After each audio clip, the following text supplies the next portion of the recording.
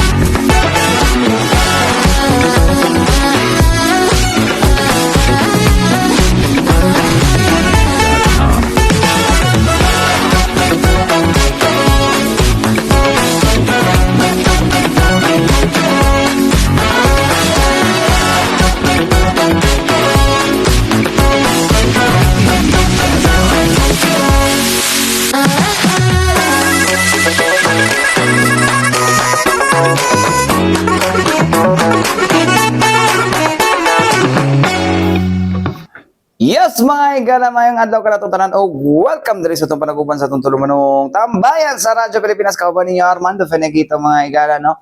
Yes, mga igala. Adlaw na kita karong Webes, mga igala, no? Sa 7 na. Ning bulan sa Agosto tuig 2025, mga igala. And karong adlaw, mga igala, no? Gipahigayon na, no? Ang misa pasalamat, mga igala, no? Before abrihan, mga igala, no? Before ang pag-abri sa Karayawan Festival 2025, mga igala, no? And karon, mga igala, kanang gilahi lang nila, mga igala, before uban maning nag-uban maning Kadayawan misa pasalamat, mga igala, no? Tapos sundan din after a few hours, mga igala, sundan din sa opening. Pero karon may lang gilahi, mga higala, no? Kaya basig nasigo availability or basing gusto lang nila, mga higala, nga makakonsentrate or naabay makakuan, no? So mao na, mga higala, no? Ang ato ang kuan karon, mga higala, sa ato ang Kadayawan Festival karong hapon na karong bulan na, mga higala, no? And of course, mga katambayan, no? Kagahapong adlaw giabrihan na, no, ang ato ang gipahigayon na nagpahigayon na og send off ceremony ato ang security cluster kagahapon, mga higala, no. Kun asa dili lang kini siya gilangkuban sa ato uniform personnel, apil na pud tong mga civilian na mga offices, no, nga nasa frontline, mga higala, no, like CSWDO, Ancillary Services Unit, di ba? Mo na lahang kwan, mga higala, mo na ang kwan kagahapon, no, ni Colonel Angel Sumagaysay, mga higala, no. So lahi maguno na pa CTTMO, although sa enforcement siya, pero sila maganda nagakwan sa traffic good, no. Hatag lang sila citation ticket, mga higala. So daghan mga kwan nato 19,000 plus ato ang mga nagkuan kagahapon, mga higala, diya sa ato sa Captain Domingo Leonor, mga higala, or diya sa may ato ginatawag nato nga kaning Davao City Police Office. no? So daghan og mga kuan no, daghan og mga security nga magbantay mga higala, puli-puli. So kuanta mga higala no, makasiguro ta no, unta no nga maging peaceful ang maong kuan mga higala, peaceful ang maong event dinhi sa tuwa sa Davao City mga higala. Anyways mga higala, ito maglangan na ato paminawon mga higala ang nahimong kuan no, pahayag ni kuan no, Public Safety and Security Office Chief na si retired Police Colonel Angel Sumagaysay mga higala no, aron nga kuan no ang mensahe niya ngadto sa mga kuan no, sa security cluster ingon man no, mensahe sa ato ang acting mayor para sa maong selebrasyon no, or pagbantay sa maong selebrasyon. Paminaw na to. Pero I would like to recognize katong mga volunteers. Magitaas daw ang kamot, mga volunteers. Thank you ha. Wala mo isweldo, wala mo honoraria, but you know, just imagine a month-long activities na amo permi, and I really salute you. Pila na katikada na ginahimo ninyo ni no, joining our security and safety cluster. Thank you very much. Okay, my apology also na na-late ko because I have to excuse myself sa usa ka meeting sa City Hall, and I have to brief ang ato ang City Mayor's Office regarding our preparation for Kadayawan 2025.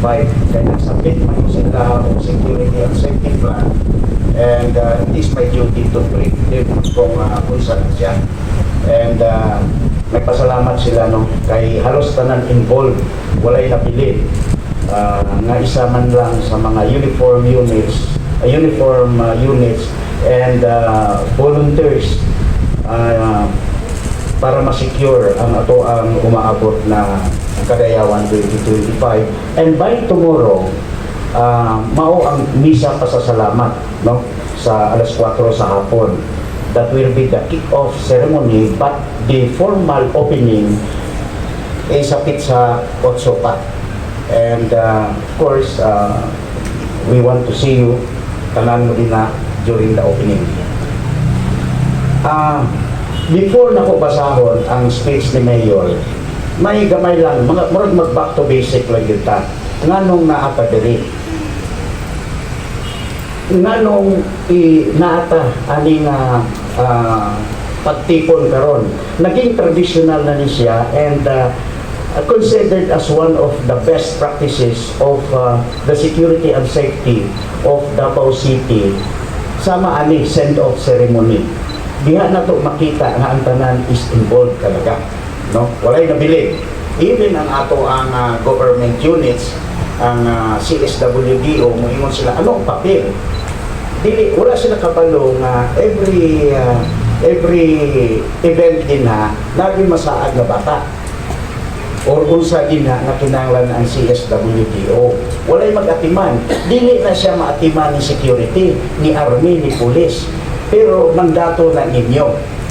Isa na sa mga mandato ninyo. That's why ato ang CSWDO. Bibihira, ang ancillary, gi-involve na to because during the event, dili na mo gusto nga magtulak sa vendors ang mubira sa mga illegal vendors nila, ilabi na sa agihanan, ang uniform units. Wala na sa mandato nila, pero mandato na ni ancillary. So, at least nakita na mo nga dili mo dapat ipasuko sa usang pagutang na dili nyo mandato. Okay? Kung kasuhan man, then so be it. Papel na nila. Pero kasuhan nila ang uniform units na nitira din na sa kariton, murag dili na siya maayo. That's why, ang tanan gina-involve din nato dali. Walay nabiling sa usan. Patong na paspasan, kinululan. Back to basic. Siguro, nung nag-start ko din ha sa public safety, almost a decade na. Dugay-dugay na. No? O kaniadto, ang ginahimo na ko sa operations ng DCPO, mamangutan na ko anak after the event na pa'y natutukutan. Na pa'y reported sa station yung nanay tukutan. Snatching or bukas kotse. Well, i-replicate na to. Ang tanang records, negative sir, negative. So, for almost 10 years, mauna permit. Even sa Pasko Fiesta, 24 sa gabi, pagka 25 anak alauna, ga-text na ko sa DCPO, naabay nadala sa ospital, nagikan sa Davao City. Kabalo na si DCPO nag-preposition na dahil siya mga patrol cars doon sa ospital, kay kabalo sila, alauna, alas 2, mangutana na ko ana. Nganong mangutana ko ana? Because I have to report to my principal, our principal, kung unsay nahitabo during the celebration of Christmas. Even ang New Year. Negative, sir, negative. Sir, naay nadala. I-verify kinsa na siya. Sir, tagalaing probinsya. Good. At least in-reported. Kaya tungod, every morning, naghahatag ko secret sa ato ang principal. Pero ginatibo ko na tanan, maritime, secret sa maritime, sa insurgency, kay 10th Brigade, and then sa criminality kay DCPO, and sa terrorism kay TF Davao. Gina-consolidate ko na siya, alas sa ginasubmit ko na kay Mayor. So, expect operation officer na pag-start ani mangayo ko sa inyong secret. Dapat ma-update na to ang ato ang LCE. So, maupod na ang ato ang papel nga. Okay? So, walay nahitabo, and of course, ang mission na to, zero incident na dapat mautro na to na siya. Okay? And ang isa na importante nga, again, i-remind ko, let us continue to adapt or embrace the culture of security. Dito lang sa isa, pag may nakita, magsalita. Kaya dili na to, we will not allow na naay mahitabo sa Davao City. Ilabi na ang IED explosion. Kaya apektado kita ana. And we are part, tanan ta involved in securing Davao City. Pag naay nakalusot din na walay mag-blame kundi kita. Bisag private na siya na PNP, involved ka din ha. So again, brothers and sisters, let us protect Davao City. Dili lang hantod sa katapusan, sa culmination, but beyond 2025. Okay, thank you very much. O please allow me, mabasahon na po ang mensahe ni Honorable Acting Mayor Sebastian Duterte. Pero excuse sa salamin na bilin. Tayon, pero sa tinuod ra ma-experience gyapon ninyo pag abot sa edad na ko, mangita po mong salamin, no? Nabilin lang. Alright. Madayaw og maayong adlaw kaninyong tanan. The city government of Davao warmly joins the safety and security personnel of the Davao City Security and Safety Cluster on your send-off ceremony for Kadayawan sa Davao 2025. Kadayawan Festival is a powerful expression of unity, culture, and community pride. And with the expected influx of guests, tourists, and locals on streets and in different venues around the city, the responsibility of safeguarding lives becomes even more crucial. In furtherance of our shared commitment to building a resilient and secure Davao City, we turn to the cooperation and coordination of the Security and Safety Cluster to ensure that this year's festivities remain peaceful, organized, and inclusive for everyone. As you are deployed to your respective posts, we encourage you to always exercise maximum tolerance, uphold the highest standards of professionalism, and embody the values of service and integrity.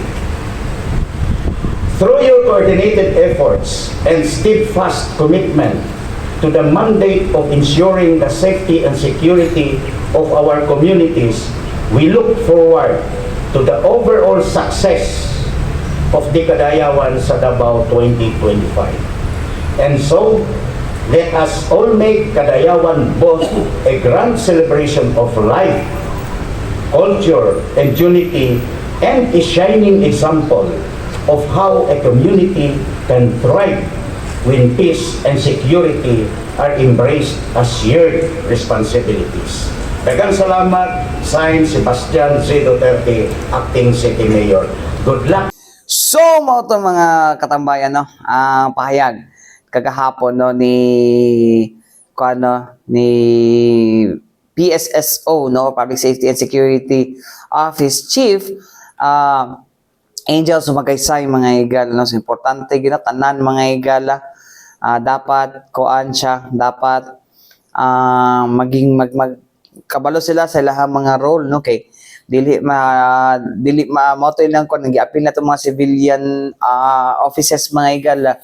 It's because kanila ging kuan, no, kaning una dili nila mandato na, no, for example mga nangawala nga mga bata, no.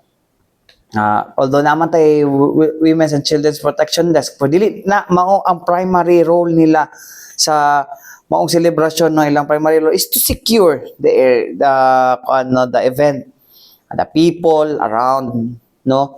So mo na ang gingon ni Colonel Sumagaysay, mga igala, nga dapat sila mo ang police igo na lang mo assist, ang uniform person igo na lang mo assist, no. So in terms of kaning mga kontay kanang mga na maligya di asdalan yun na naka-obstruct siya. Di man mandato sa police nga ilahan ng no. Kanang kontay kanang mga naka-obstruct na mga mga ambulant vendors o sa ancillary services unit man na. So ang ASU mo bira. Tapos ang kanang sa kanang mga sakyanan nga para pataka nagpark. Ang ang mubira na ang CTTMO. Mao na siya, mga igala, no. Ang role, no, nga dapat gampanan sa maong nga dito kagahap. So anyways, good luck sa tanan, no. Unta walay mahitabo unta, no. Although wala man gyud mahitabo, nagahitabo na gyud, no, ever since, pero mo lagi na mas maayo nga mga igala, no, triplihon ang kaabtik sa to ang mga security personnel, para nga wag mahitabo, no, anang panahon. Anyways, mga igala, balik itaw man lang sa mga importante pa inomdom ning ato si Bianan. Yes, mga igala, balik kita diri sa to panagupan sa tutulo manong tambayan sa Radyo Pilipinas. Kauban niyo Armando Feniquito, mga igala.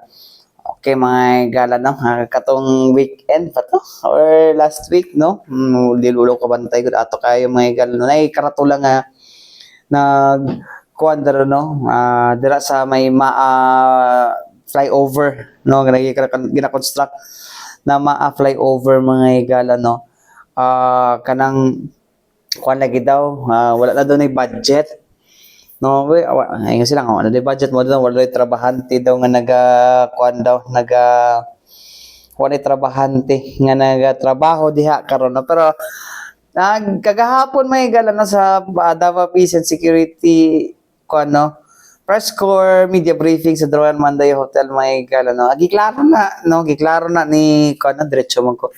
Giklaro na ni DPWH, Department of Public Works and Highways 11 spokesperson si Sir Dean Ortiz, nung na siya, no. Giklaro nga na siya pondo, na pondo, no, na ginay allocation, separate allocation, kinaka-program na siya, no. Ang problema lang, no, kalang road right of way mo gina problema, no. Every government projects may labi na kanang mga road access roads, bridge o guban pa, no. Problema kay na ginang problema gid ang kaning road right of way, mga igala. O gano'n na ubang mga kaso sa una, no, scam about road right of way. Ito si Jensen, no, kuhan daw ko, no, kanang ubad na ito nga nakakwarta sa road right of way. Ang diri sa to ang mga igala, no, sa mga projects, daghan magud og mo kuhan pod good na nga murag magpakipot pa, no, kay gusto taasan kay government project gud mingom na sa man gini budget, di ba? Kani among i-offer lisod ang pud kay kung i-expropriate pod dito without due process, no. Kinahanglan kay kon man na siya, mga igala, although na ay power of eminent domain ang estado, pero di po nato pwede i-deprive po ang property owners because it's their right to their property, di ba? Wala ang kwan. Pero, diri man daw, in fairness, with all fairness, sa mga katungkuan, diya sa may maa area, sa highway, no, sa Speaker C, sa may do sa Speaker C highway, responsive man ang mga property owners. Ang problema lang daw, kay naka-mortgage. Naka-mortgage sa bangko ang ilahang mga properties. So, sa na, pagkuan na, mo na ilang kwan, ano, ang kwan na lang din, no? Siguro mo sugot ang tag-iya. So, mo siguro ng kwan, na nagkina-respeto na sa DPWH. Anyways, may galadaghan tanong, puro road right of way ang ato ang problema gyud may gala. For example, sa high priority bus system nato din no? Nganong dito sa may Kalinan ang nauna? No, diri sa may downtown, diri sa may, it's because dito mga igala, mga property owners, dali ra kay istorya. No? But how about the others kato sa Dipo? Ubang mga terminal area, mga kining-giningon na terminal sa bus. Now, it's because na pa mga kuan nga siguro gusto nila more than sa assessed value ang ilahang makuha, no? Which is for me it's impossible no to happen, no? It's because it's government project tapos mo na ang cause sa delay gyud, no? Road right of way may gala. So mo na ginapo, di po nimo na pwede pud i-kuan nga imuha ng expropriate without due process. Bisag asa mga gala, essential si due process. So anyways, mga gala, ako na may nag-explain na ato ang paminaw mga gala explanation no ni Sir Dean Ortiz mga gala. And ano mga kan nga wala na daw kuno nagtrabaho, explain ko na niya mga gala no. Anyways, mga gala, paminaw na to mga gala ang tigpamaba sa Department of Public Works and Highways mga gala no na si Sir Dean Ortiz. Paminaw na to. Flyover no project. So for clarification, ulitin po natin ano yung bakit wala na yung karatula? Pinatanggal niyo ba? O char lang. So go ahead, sir. Okay, once again, good morning everyone.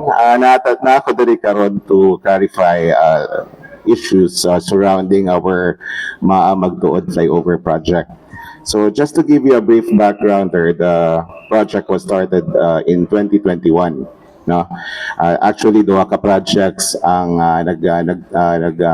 two projects are involved in that project, which is 21 LO0141, ang construction sa substructure, which was completed in January 2024, and then 22 LO0017, mao ang pag-construct sa atong superstructure, which is now which began in April 2022,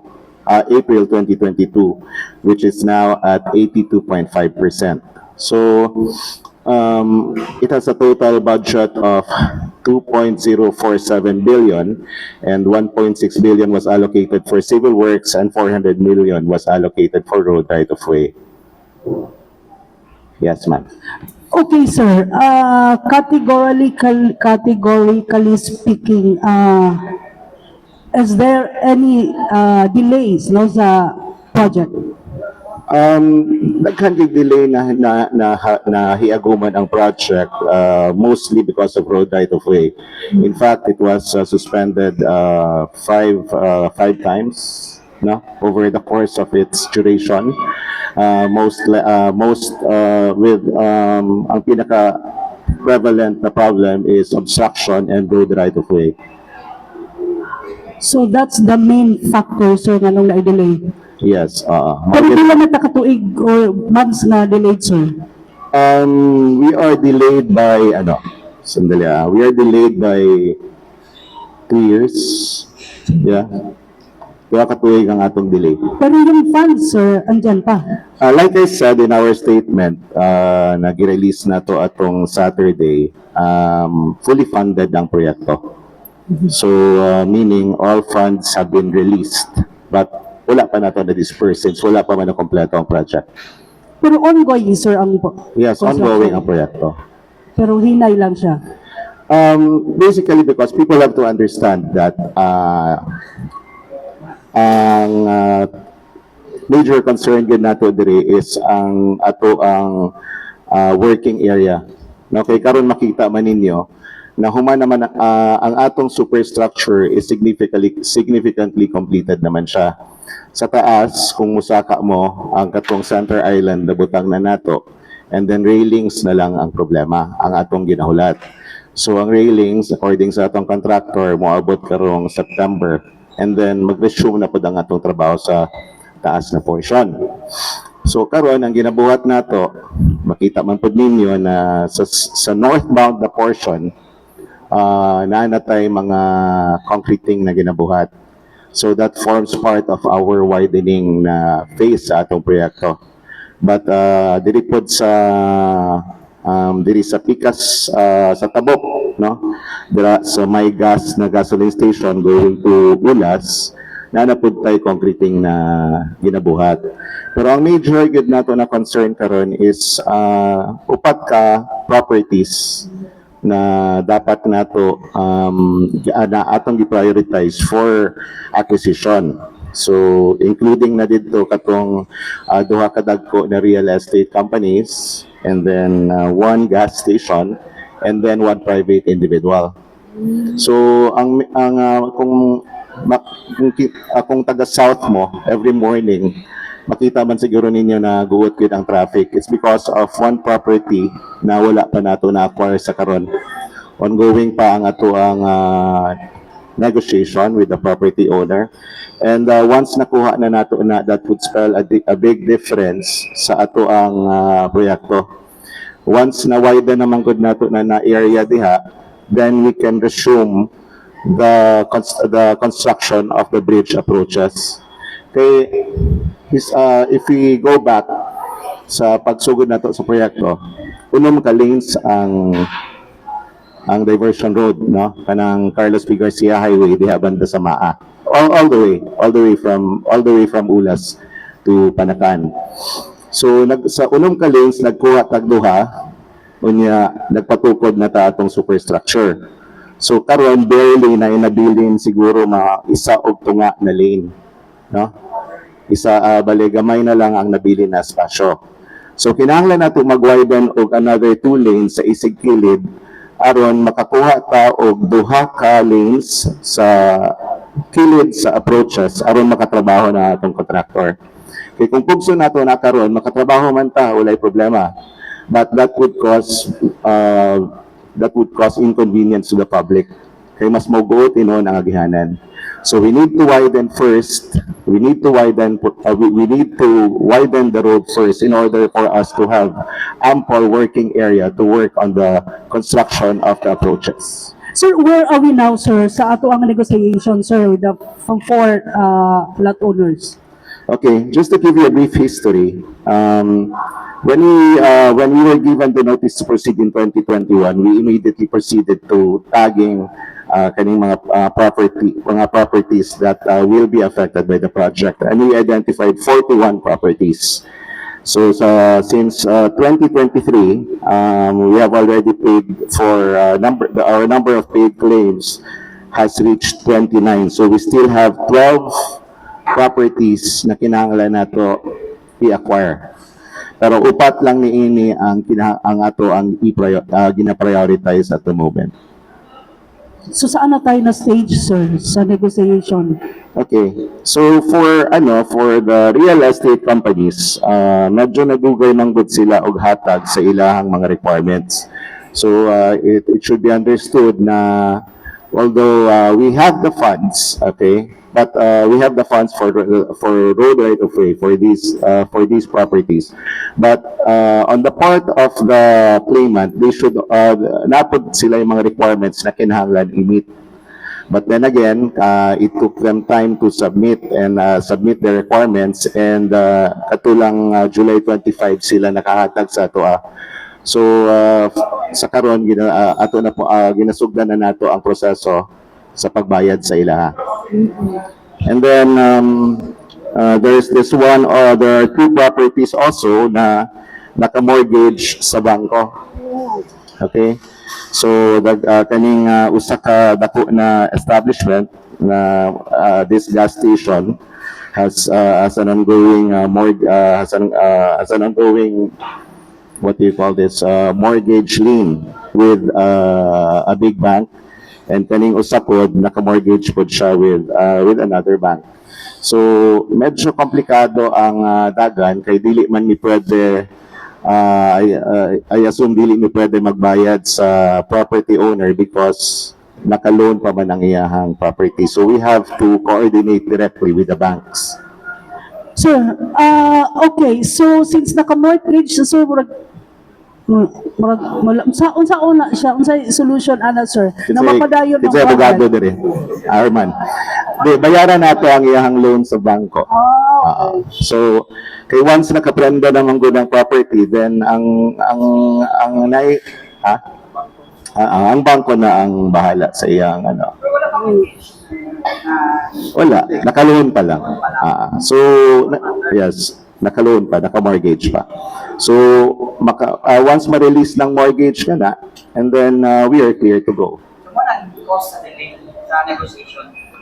Sa negotiation. So, we are in contact, of course. We are in contact with the banks concerned, and they are willing to cooperate. Medyo tedious lang yun yung proseso sa road right of way.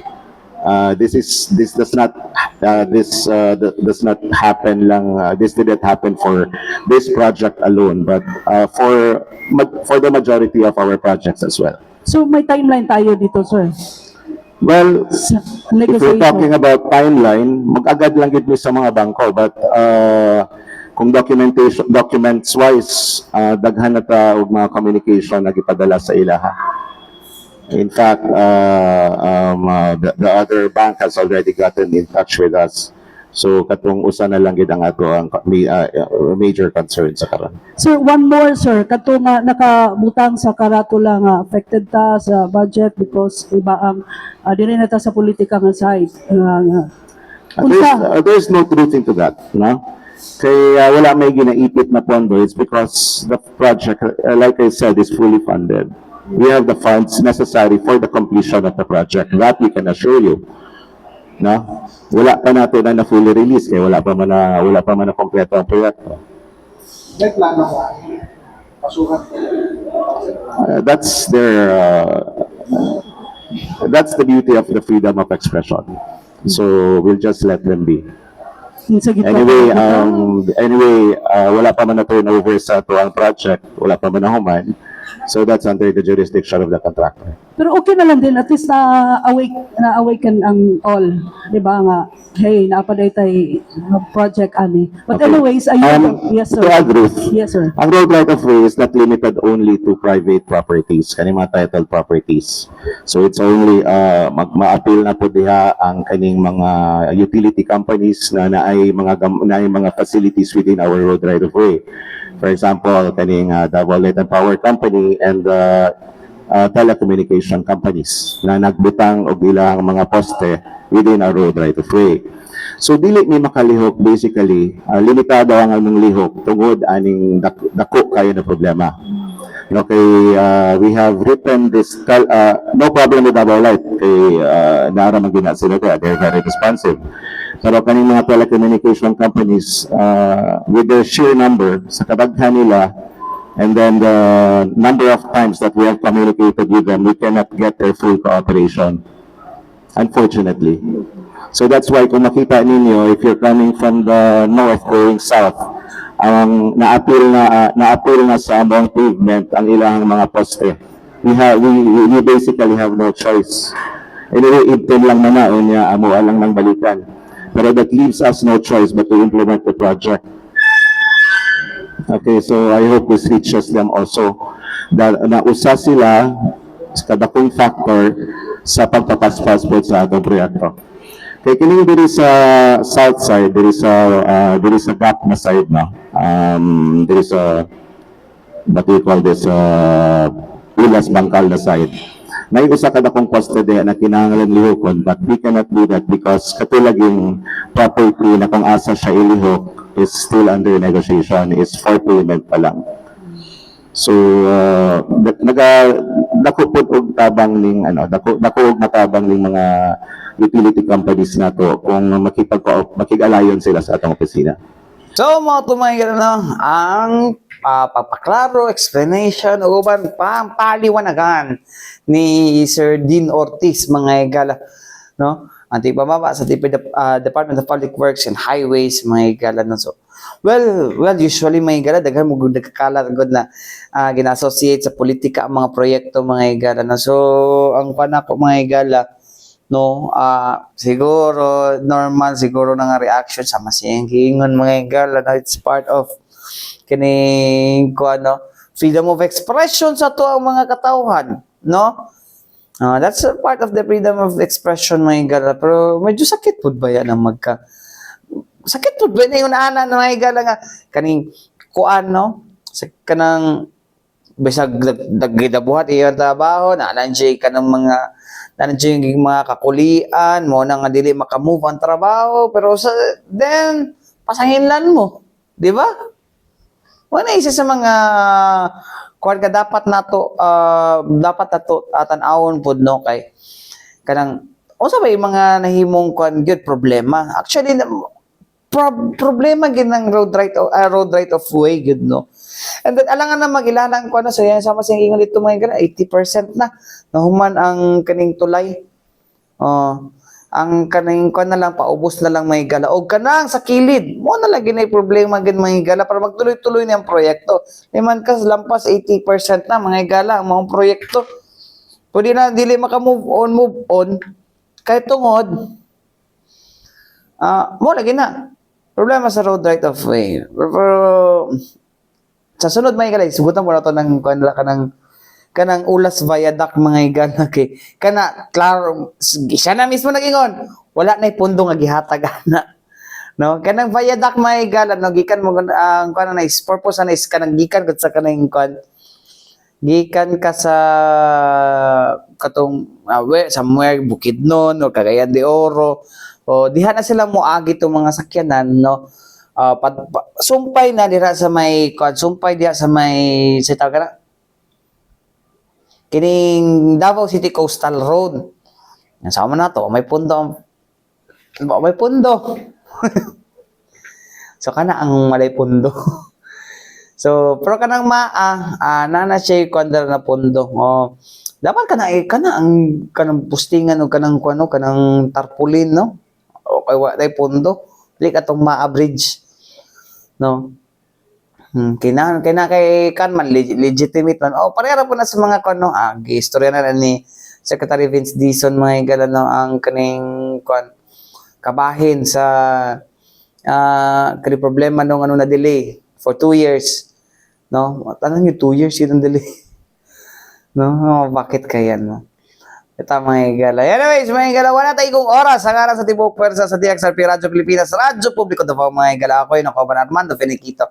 Alang sa tambahin sa Radyo Pilipinas, hangtod sunod na usab, daghang salamat o mayang adlaw kanatutanan.